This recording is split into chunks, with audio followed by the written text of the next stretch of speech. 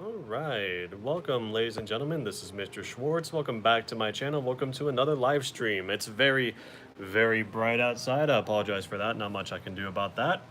But hey, you can see my apparatus right here. Anyway, this won't look like this for long. I figured today we just have a nice, peaceful time. I have an artwork here that I've worked all week on getting the primary colors for it finished. I figured we could go through the process of painting the background of it a little bit together.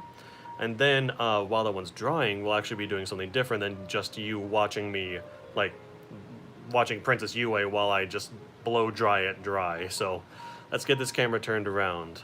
It's going pretty good, Felix Sign. I'm doing very good today. Got Mozart playing in the background. Got my bots watching me. I'm doing real good. All right. So, as you can see right here, make sure that's all nice and secure. There we go. As you can see right here, I have a Batman drawing all done up and ready to go. This was done with colored pencil. Give me 1 second. I'm going to grab a quick drink. All right. So this was done with colored pencil, and it's actually been done on... Thank you, Felix. I appreciate that. This was actually done on hot press watercolor paper, because originally I had wanted to do this in watercolor, but I realized I would have a much better time doing the kind of stuff I wanted to do with it if I did it with colored pencil instead. And that's almost every day, because those guys are watching me do my drawing stuff almost every single day. So the nice part about this is that since this is on hot press paper, I don't have to burn through a lot of colored pencil to do the background here. Because since it's watercolor paper, I can use watercolor for the background. So what I'm going to do, I'm going to pull out my trusty pencil case. Move this out of the way for a second.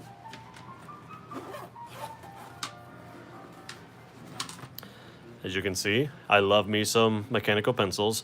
I'm going to make a video in the next couple of weeks or so, probably explaining what all of these pencils do that make them so different. I'm going to grab some kneaded eraser from here. I'm going to roll it out into a nice long tube like this. Bring my drawing back. And what I want to do is I'm going to use my kneaded eraser to lightly roll over the drawing in the background. What that will do is that's going to lift up a little bit of the graphite from there so that I don't have to worry about the graphite showing through too terribly much from the watercolor that I'll be putting on it. I'd roll it this way instead of just rubbing back and forth, because this way I can make sure that I only take off exactly as much as I want to from the background, as opposed to me just vigorously rubbing back and forth and accidentally getting rid of the entire drawing. You don't want to do that. Let's do that real quick here. Hope everyone is having a good Saturday. I just got back from a couple really good finds at Hobby Lobby when they were having a clearance sale where I live. Got a couple really awesome sketchbook deals. But you can barely see the background now, which means that I don't have to worry about my graphite showing through when I put in my color. So let's go ahead and put in the first layer of that color. This is my brush case where I keep all of my lovely brushes. I'm going to grab my mop brush here. I'm going to grab that one, and I'm going to grab the smaller one. Okay, so for the majority of the background, my Saturday is going very well. Felix, I'm glad yours is going well too. Feline. I'm glad your background. I'm glad your day is going well too. So what I'm going to do is I have my water all set up and ready to go. So I'm going to start mixing up some colors. So the majority of the color that I want for the background is going to be a mixture of blue and purple. I could do a dark and stormy night and make it all gray, but I feel like that would be rather boring. So I find it's going to be much more interesting if I do a combination of blues and purples back here and keep it very dark that way instead of just doing black and gray. So to that end, I'm going to grab myself I actually need to grab my mixing palette. Hold on one second. It's just right over there. I keep everything very close at hand. I don't need my giant mixing palette today, so luckily this koi watercolor set I have comes with a little mixing tray in it. So, I'm gonna grab some water, move this out of the way, of course. I'll grab some water and load it onto my palette. Anyone gonna go see the live action Lion King? Live action Lion King? I'm sure not. No way, no sir. Okay, so I'm gonna grab just a little bit of purple. Hello, third person that is watching. We are currently getting ready to paint the background of this Batman piece that I've got here. Batman himself was done in colored pencil. Good, Jordan. You should not go see it, because it is literally a shot-for-shot remake, just the same as the Aladdin one was. So it's the original, but worse. And the thing is, I know why they do it. All of us know why they do it, because it makes lots of money. Artistic integrity doesn't matter. Like, not at all. Hello, OllyX. Good to have you with us. We are currently applying some light colors together to form the basis of the piece that we're going to be painting the background for. Well, I hope I don't disturb your family while I'm working. That would be the last thing I'd ever want to do. Alright, so I like this color quite a bit. So ordinarily, I would cover the background with a light layer of water first, but I don't really want to do that because I don't want this water to go completely out of control. Nostalgia and money. Absolutely. They're banking on people wanting to come and see this because they saw it as a kid, and they want people to bring their little kids to come and see it. Because I've heard the argument of, oh, it's just made for little kids. What's wrong with that? To which I would respond, then just show your kids the original movie. It's way better. The original movie hasn't gone anywhere, and I just watched it the other day. It really hasn't aged at all. The only thing that makes it feel like it's from 1994 is some of the voice cast that's in it. But even then, that's a great part about 2D animation, especially when it's done well. It is essentially timeless. You look back at the original first fully animated movie was Snow White. That was almost 75 years ago. Almost 75 years ago, and it still looks beautifully stunning to this day. Again, one of the only reasons you can tell when it was made was because of the sound technology that they had, and some of the voices and the way that they perform is very much from the era. But 2D animation, when done well, timeless. Absolutely timeless. One of the great parts, too, about doing Batman himself in color pencil is that you may notice that I'm not worrying so much if I actually get inside Batman's outline a little bit here. That is mainly because Batman is done with colored pencil, specifically wax core colored pencil. Wax-based color pencils are the most common type. Crayola does them. Any type of color pencil you've probably used was wax-based. And the idea behind wax-based is that the binding agent that keeps all of the pigment inside the pencil together is a wax binding agent.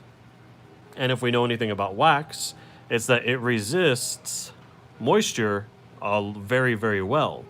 So any color or any water that actually does get on Batman is just going to slide right off. Because I did a lot of layers of color pencil on Batman. There are some buildings in the background, but I'm not going to worry about going over them right now because this is my lightest layer. So it will very easily be covered over later on. But while this is all wet, I am actually going to spin this back around. And I'm gonna plunk a little bit of just normal blue on here in a few places. Now that I've directly controlled where the color actually goes, I'm gonna have a little bit of fun. This part right here that I did not paint is where the bat signal is. And since the bat signal is very much a bright yellow light source most of the time, wouldn't really make sense for me to put the sky color in there. No, I'll wait and paint that yellow.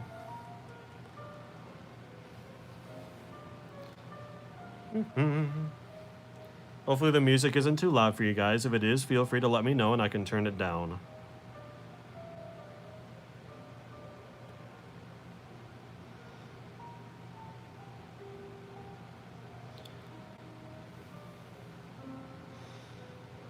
So while it may look very speckled right now, the nice part is that when this dries, it's going to dry very smooth and flat. Hello, FJ. Glad to have you with us. Looks like we have 2 more viewers. Hello. Currently, we are applying watercolor layers to my Batman color pencil piece. But I do have to stop on the Batman piece here in a few minutes because the paper is starting to tell me that it needs a break. When you've worked with watercolor enough, music is pretty good volume. Good to know, Feline. Thank you very much. Oh, Feline, that name reminds me. I don't know if I should bring this up, but hey, there's a trailer that came out like maybe yesterday or the day before for the live action Cats movie. Boy howdy, that is what you call some nightmare fuel right there. Just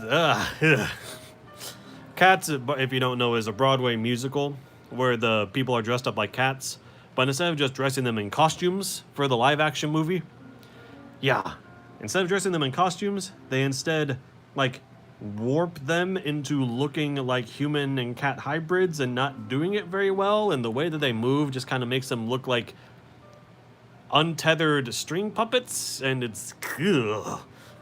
A lot of people are not happy about the way that movie looks. Ooh, I'm one of them. But anyway, while that is drying, instead of me going off camera and turning on a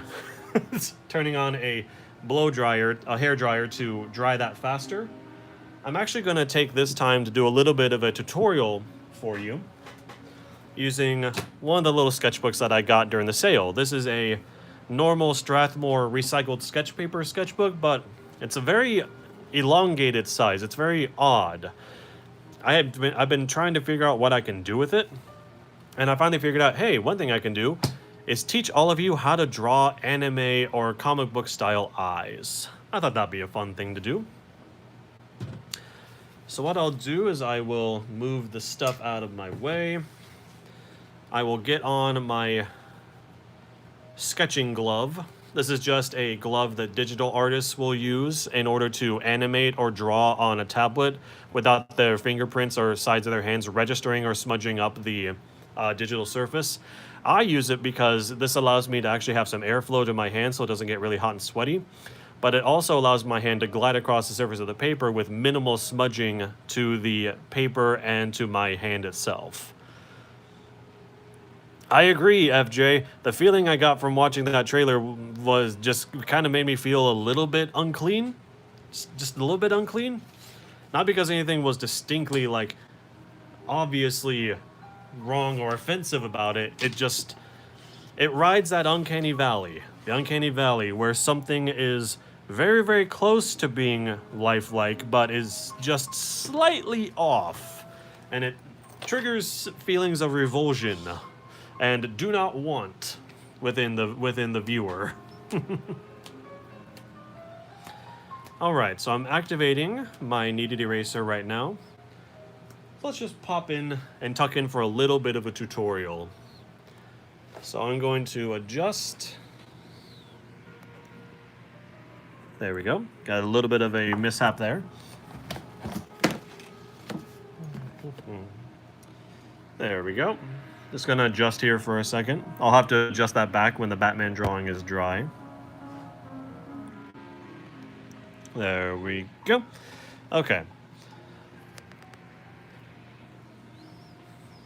Alrighty, there we go. That should be all right. Yeah, that looks okay. I'm just being OCD right now.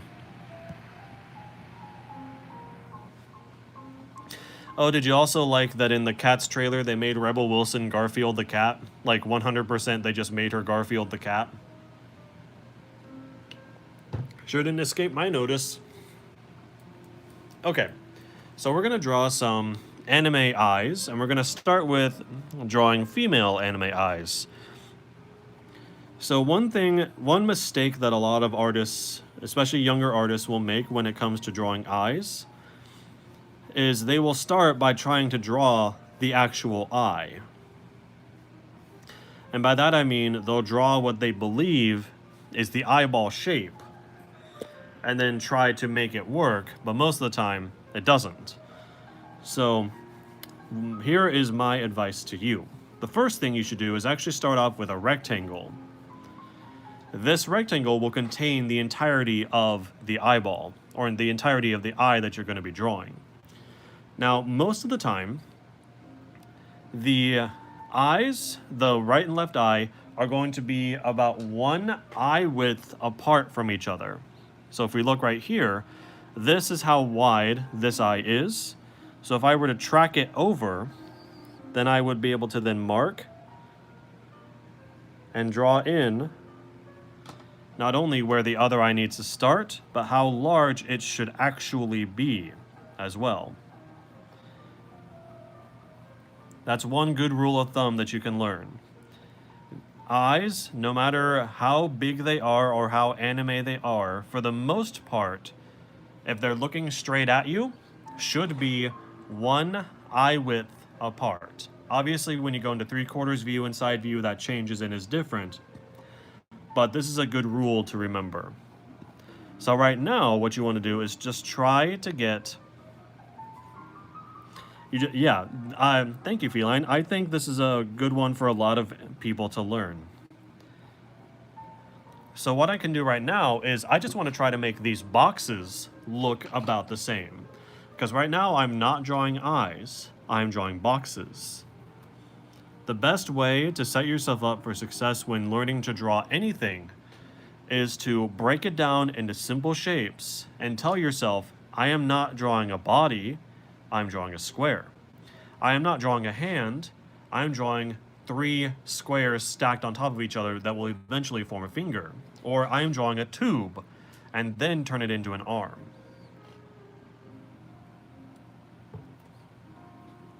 So once you have your 2 boxes looking relatively the same, keep it very light and sketchy as well. These will eventually be erased. I'm just drawing them darker so that you can see them, but normally this is how light I would actually draw them. Because the lighter it is, easier it is to erase. So let's do some female manga or anime eyes. So what I know is that the eye begins here and has to end here. So what I can do for myself is remember that the bottom of the eye is here, the top of the eye is here. That tells me that the middle of the eye needs to be about here. That's the best trick too. Whatever you do on one eye, do the same on the other, and that will make sense here in just a moment. So what we'll do is I'm going to start right here, right on the middle, and I'm going to slowly draw a line that goes up, hits the top of the box, and moves down until it hits the side of the box here. What you need to remember is that eyes are literally spheres. The eye itself is a sphere.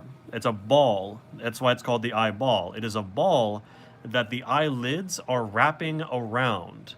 So you don't want the eyelids to go straight across like this. that flattens the eyeball itself.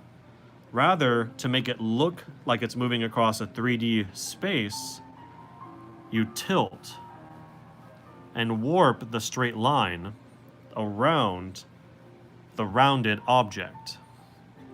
Same principle applies here.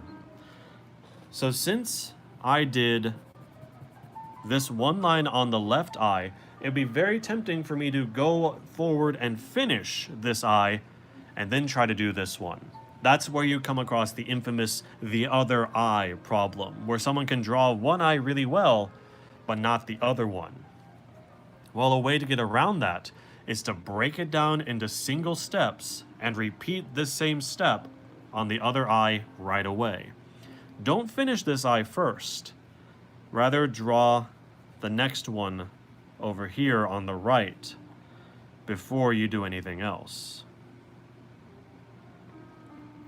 Because this way, again, you can compare between the two and see if they look the same or not. See if this space here is relatively the same on both sides. If it is, then you can move on. Now, in a realistic eye, the eyelids would be joined together at the corners. But with anime eyes, we don't really have to do that. Instead, we can actually draw the bottom of the eye right here. The top of the eye will curve a lot more because this is the part that's moving away from our field of view. Hello, fifth person. I'm teaching you how to draw some eyes. So the bottom eyelid will curve less than the top eyelid does. What I just did here, I need to repeat over here. Make sure they look relatively the same. Look between the two of them, see if they look the same. If they do, then now's the time where I can grab any eraser. I'm just going to use my click eraser for this. And I can actually now get rid of the box. I'm going to keep this middle line. That'll probably help me out. But I'm going to get rid of these of the box because I don't need it anymore.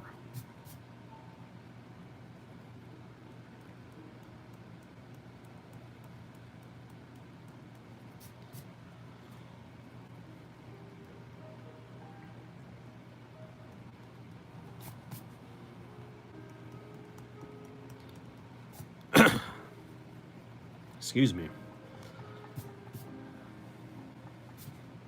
Gotta keep hydrated. There we go. All right. So,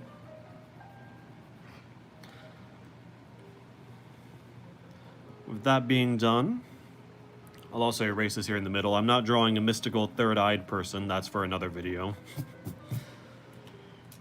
Okay. So now what I want to do is, before I draw in the anime style eyelashes around here for this female set of eyes, I want to draw the actual eye itself. And this part can really be the trickiest for a lot of people.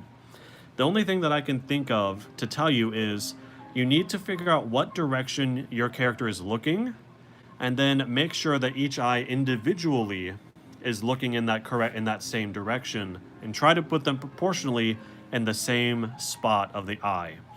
We're going to try to get this person to look more or less straight ahead, which means I need about equal space on either side of the actual iris that we're going to be drawing. This iris is going to hit the top of the eye and be slightly covered by it. The iris itself needs to be relatively circular. This is also why it's very important that you lightly sketch during this period, because of how easy it is to make a mistake, which means it should be just as easy to correct it. So this eye has about equal space on both sides. Maybe it could use a little bit more space here on the right. So I'll extend out just slightly. Now, since I drew the eye here, I need to draw the iris on this side as well. Really looking straight ahead is definitely one of the most difficult things to draw your character doing because of how easy it is for them to look slightly cross-eyed or slightly crooked in terms of their vision. So that's why it's important to just let yourself erase and keep trying until you feel like you got it right. That looks pretty correct to me. This person is now staring right into your soul. You're welcome. So let's at least make it a pleasant stare to look at, shall we? Let's. What I can do now is get rid of the middle line, since I don't need it anymore.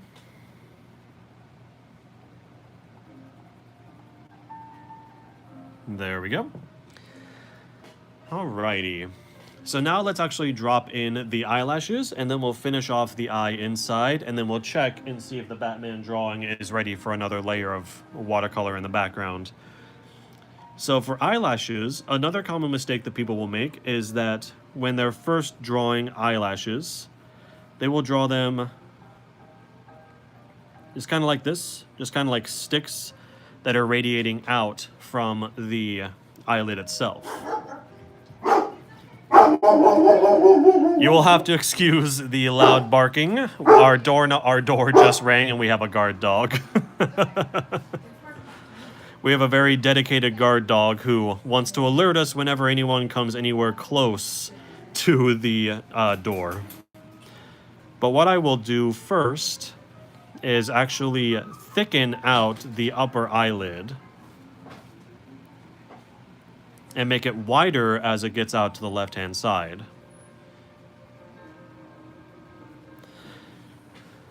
Very good doggy, yes. That dog did exactly what she's supposed to do. Whatever I did on the left side, I do on the right side.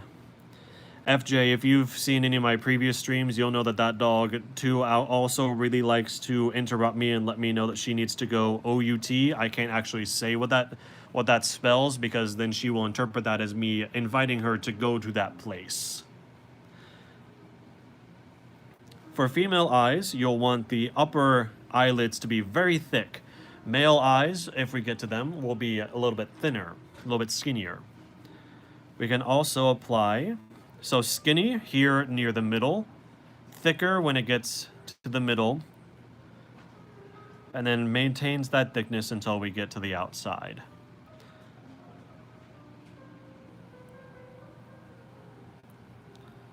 Yes, the very first stream I did, I was at home by myself, and her name is Epley. She was constantly pushing my elbow, getting me to let her go to that place that she really likes, that again I cannot say. Otherwise she will want to go to that place, and it is very, very hot right now, so we don't really want to do that. Alright, so now we can add the actual eyelashes themselves. We want to think about the fact that the eye is curving, and as soon as it hits the middle, it starts to curve away from us. It curves up and then back down. So the eyelashes on this side of the eye should curve this way. They're curving out this way. Then when we move, you won't really see many eyelashes over the middle, because all of them are either going this way or most of them this way. So once we peak from the middle, then we can start to make the eyelashes curve. Excuse me for a minute. And curve outwards this way.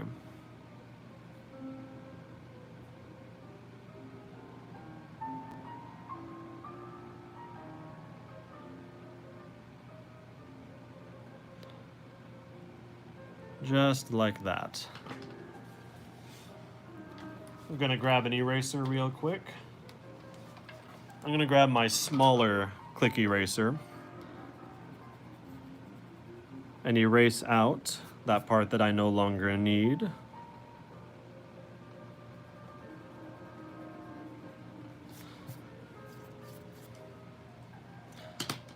And then maybe pull out some of these eyelashes just a tad.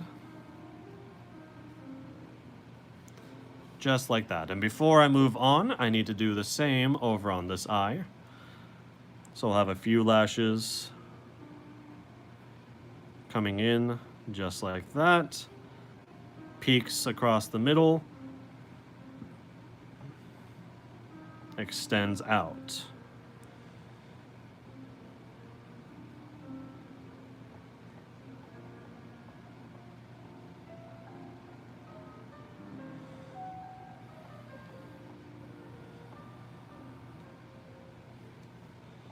There we go.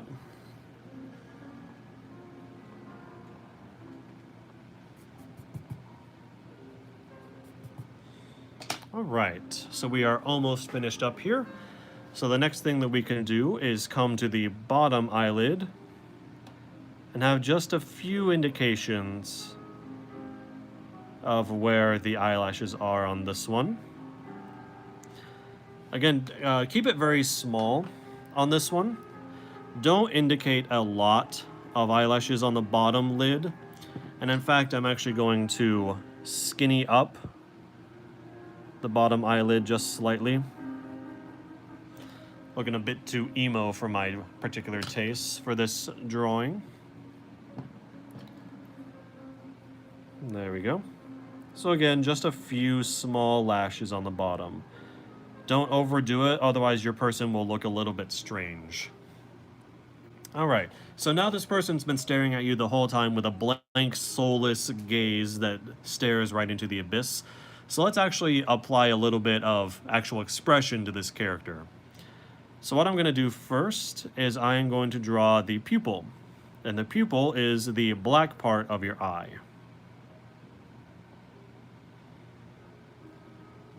I'm going to place it, the pupil always goes where the middle of the iris is located. You want to try as much as possible to get them in about the same spot. Because if one is slightly off, I'll show you an example. If this one was placed in slightly the wrong spot, then this character would start to look a little bit too similar to Pennywise the Dancing Clown for my particular taste, because I saw the It Chapter 2 trailer, final trailer the other day. Whew, that movie looks good. I have mixed feelings about the first film. I thought it was a decent film, but I want to see how the movie actually concludes its story before I decide if it's something that I want to permanently add to my collection or not. Trailer looks quite good though, gotta say. They got the casting spot on for that film.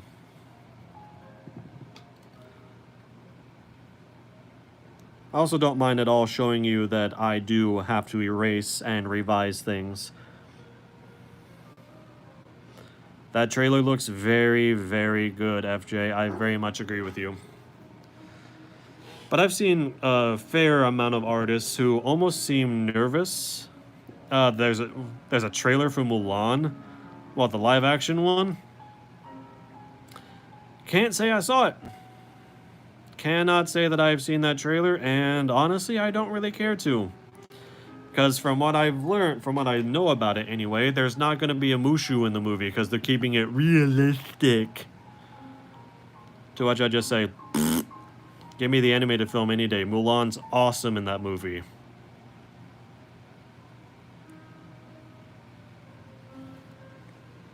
There we go. That eye is relatively looking in the same spot, more or less.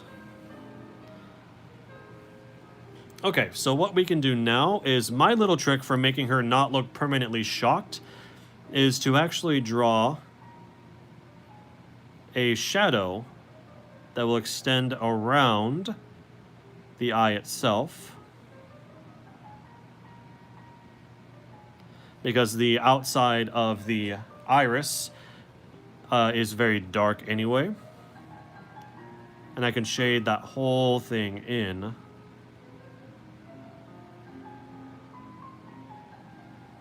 Like so. Give that a quick erase. So that way, by attaching the top of the pupil to some shadow, it makes her not look permanently shocked at whatever was just said. Do the same on the other side.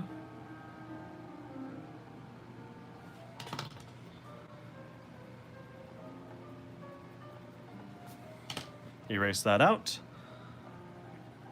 Shade it in.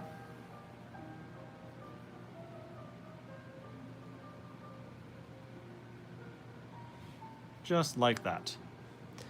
All right, let's quickly check on the Batman piece. I'm feeling it right now to see if it's dry enough to do at least the bat signal. Looks like it is. So here's what we will do. Yeah, again, without no Mushu, it's not Mulan. Just plain simple. So what we're going to go ahead and do is I will do a layer of wash for the bat signal on Batman, and then come back and do some inking on those eyes to finish them up completely.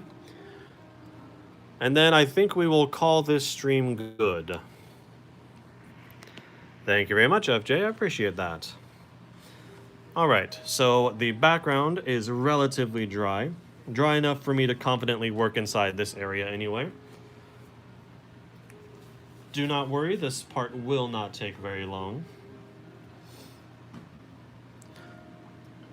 I'm gonna grab my mop brush, grab my little palette back,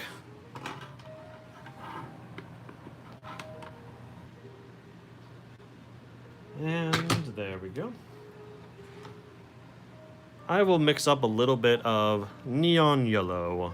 Let's go ahead and do that. For the first layers, again, I always want it to be very light, because I can always go darker. Much more difficult to go lighter if you've gone too dark, especially with watercolor.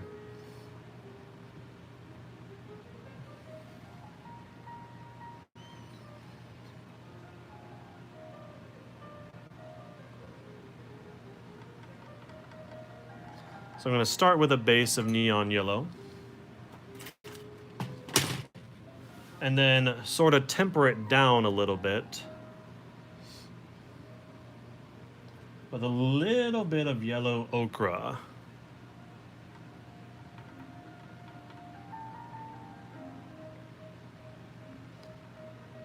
There we are.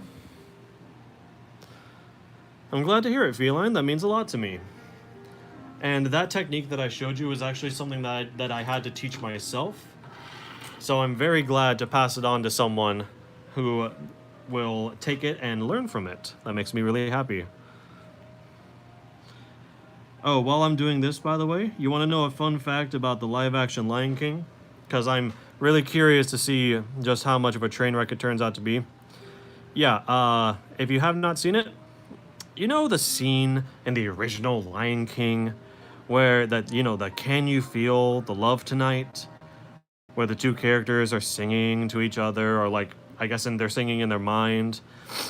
And it's like really romantic, and the colors are like really beautiful hues of blues and purples, and it's very clearly at night, because it's called Can You Feel the Love Tonight? Guess what? Can You Feel the Love Tonight in the new one is sung during the daytime. The whole movie is animated. They had complete and total control over what color everything was. Why, Feline? Laziness. They just don't care. They just don't care. I know. They had complete control over the lighting, and they couldn't even care enough to just flick a few switches and make it at night. Not even in the evening. Not even in the evening. It's during broad daylight. And if you wanted even more of a reason to not watch the movie, Be Prepared, aka, in my opinion, the best song on the soundtrack. It's maybe a couple seconds. It's actually, yeah. Be Prepared is only like a couple seconds because the actor didn't want to sing it. One of the best songs and the best imagery of the first movie. Let's just skip it. But you know what they do? That's the best part, is that they cut out so much. Oh yeah, Jordan, I'm not lying to you. Look it up. But here's the best part. The the movie, despite cutting things short, is about half an hour longer than the first movie because they decide to devote entire minutes to nothing. That little mouse at the beginning of the movie, that little mouse that Scar slams his paw down and on and tries to eat, you see it walk around for like a minute, a solid minute, before Scar scoops it up. Or when Simba flops down and his hair like and everything like puffs up and like goes and like Rafiki catches it. That scene goes on for about 3 minutes. And here's the funniest part. We see the hair, like it's just like a single hair from Simba. Like we see it like get eaten by a giraffe. And then it smash cuts to a dung beetle rolling around a ball of poop with the hair inside of it. Yeah, that's the kind of stuff that they decided needed to be in the movie. Needed to be in the movie, but not be prepared. Nah.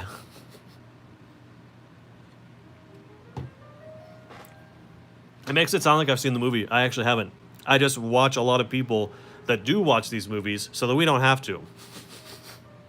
Oh, it's nuts. It's entirely nuts. But anyway, the Batman piece is done for now. I cannot do anything more to the background because of this piece is still quite wet, and I'm not going to waste your time going over and drying it. Oh, that's the best part, Feline. They're not pushing creativity at all. There's no creativity at all. They do not care anymore. They just want money. We as an audience have proven that these movies will be major blockbusters no matter what is said about them. And so they just keep making them. Because why not? Because it makes money, and Disney, that's all they care about anymore. Interesting stories are gone. They don't care. Oh, good. Good. I hope that was sarcasm, but it's hard to read sarcasm through just like little speech boxes. So, let's wrap things up this stream. Let's wrap things up by coming back here and finishing out these eyes. You can use really any kind of inking supply that you want to when it comes time to ink these up. My preferred weapon of choice is my Pentel Pocket Brush Pen. It is a nylon tip brush pen that has an ink cartridge inside of it. No, it's okay, Feline. It's just difficult to read sarcasm. You didn't do anything wrong. But this pen has an ink cartridge inside of it that you can replace when it's done. And it will consistently flow the ink out of the brush, which is really good, but it does mean it's difficult to control. So, takes a little bit to master. Honestly, it wouldn't surprise me, Seth, if that was the case. But I have heard, and this is a pretty bad indictment of the thing as a whole, I have heard that the best part of the movie is Timon and Pumbaa, which is pretty darn embarrassing. Oh, and you know how when the original movie would transition into like a fun new style when the songs would occur, like Can't Wait to Be King, when it had all those cool, fun, abstract shapes and colors in the background. Guess what they do in the new one? They got to keep it realistic, so they just walk. They're just walking. Yeah, they're just walking in the desert while he's just kind of singing the song. As I said, they don't care.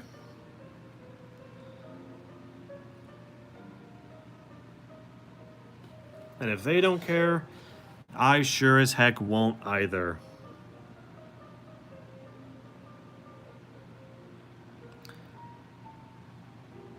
Oh, Feline, oh no. I really hope that's not the case. We don't need a fourth one. The third one, no. That's true, Pekapee. They don't utilize it because they make the weird cat hybrids have human faces. Like, ew. You know what I'm actually really scared about now is that Disney is almost done plumbing all of the golden age of their movies.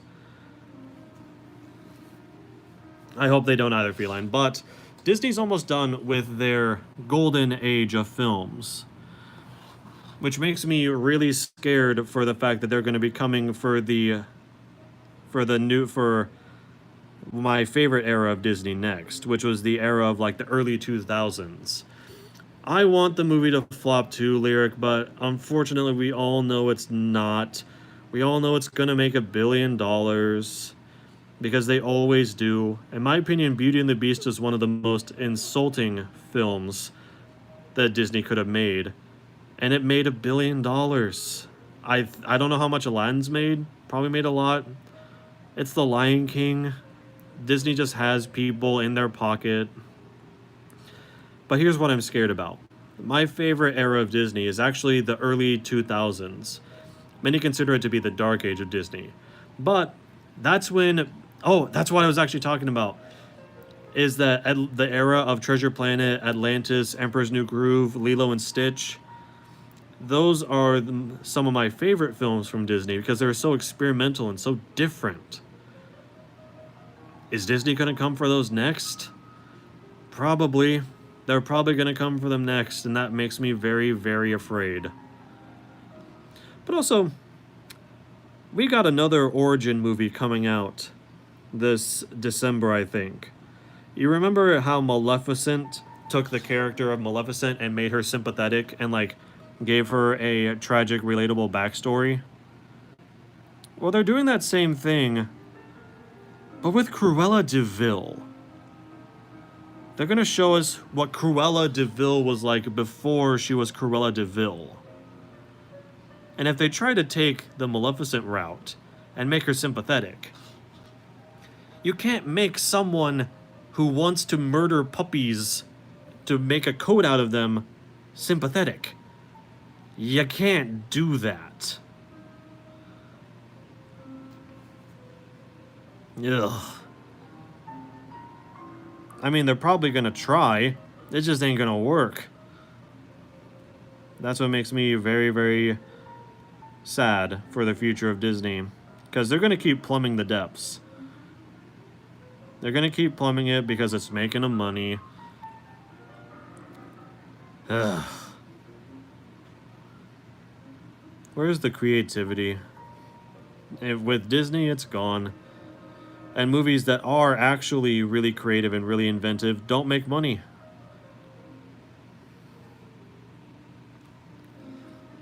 Aladdin wasn't so bad. It's... Maybe it was, maybe it wasn't, but it's the exact same movie. And it doesn't have Robin Williams, so... And no thank you.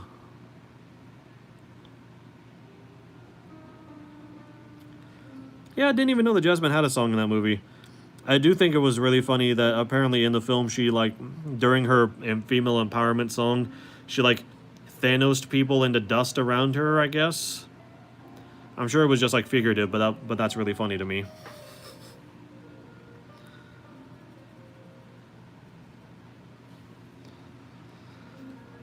Okay. So we're done with the basic inking for the eyes here. You know they're going to do it. See, that's what I actually posted on a video I was watching the other day about live action remakes. Like, who's to say Disney owns Pixar now? Who's to say they're not going to next come out with a live action Toy Story? Like, what's stopping them at this point? With as big of a juggernaut as they are, what's stopping them from doing that? Really, the only thing that will stop these remakes is if people stop going to see them. And I don't foresee that happening because for some people, Disney's just that far ingrained in their childhood. And, like, I understand that. But do we really just constantly want the same thing regurgitated over and over and over again? Do we really just want our nice, safe comfort zone instead of actually being challenged with new films? I don't. I don't want that, but it seems like the majority of people do. Anyway, to finish things up here, it is basically a Fantastic Four feline, I agree with you. But, like I said, who's to stop them from doing that? Like, when will enough be enough? I just don't know. But in the meantime, what I will go ahead and do is I'm going to put in some shine here, because to make this look more realistic, even with the anime eyes, you want to put some sort of shine in them to show that these are more like reflective. So I'm going to actually put a dot of shine right here. And I'm using a Pentel Presto Jumbo Correction Pen. So this is actually supposed to be used for correcting homework. I actually use it to add in shine.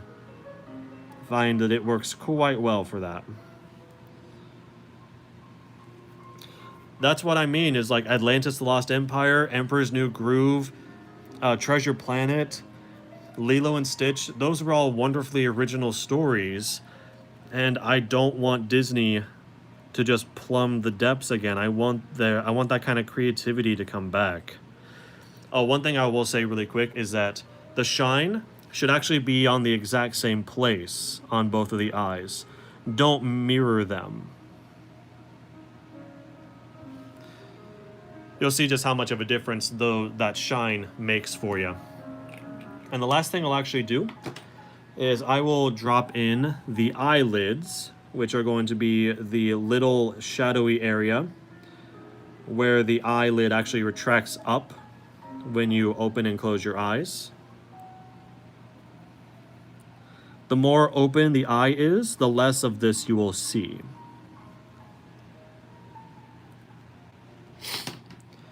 Then I will just use a normal small pen to put those in. All right. And with that, I think the very last thing I will do for this is I'll do just a little bit of shading to make this look a little bit more realistic. For that, I'm going to go ahead and use a normal pencil. And I'm just going to drop in a little bit of shading around both sides of the pupil here. I'm just going to drop in a little bit of darker tone.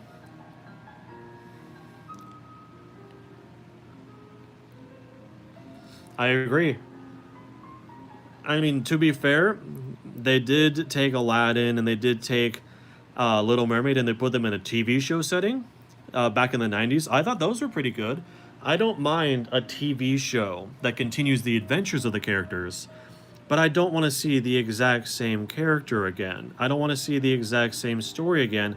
I've already seen that. Show me something else. Also, since the upper eyelid protrudes over the eyeball, you'll want to drop in a little bit of shadow on the upper part of the whites of the eyeball in order to give them more depth. We can do the same over here on this side.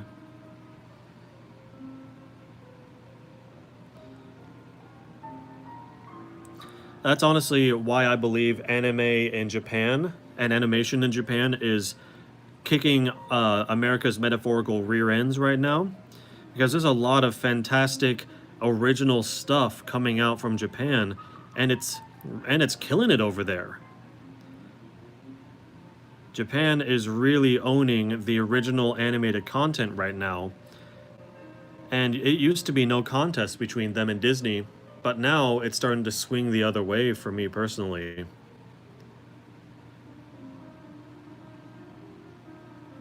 I'll also apply just a tad bit of shading to this middle part of the eyelid up on top. And I'll go ahead and give this a sign. And I think that's going to do it, ladies and gentlemen. So, what did we do today? Well, today we ranted a lot about live-action Disney remakes and how much we don't like them, me in particular. And we also applied the beginning tone to the background of this Batman piece here. I'm going to continue to layer the tones on here again and again and again until I'm satisfied with how the overall thing looks. But I want to thank you very much for watching, ladies and gentlemen. It means a lot to me that so many of you wanted to come here and watch my content and watch what I do. Excuse me one moment. Excuse me. Next time, I'll actually do the flip reverse of this and do male eyes first. And then I'll probably do maybe something else.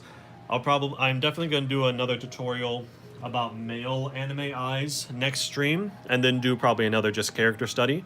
So thank you very much for watching, ladies and gentlemen. This has been Mr. S, and until next time, I'll see you guys later. Have yourselves a very good day. Hope your Saturday is great too, Feline, and all the rest of you that were watching. Thanks for hanging out with me.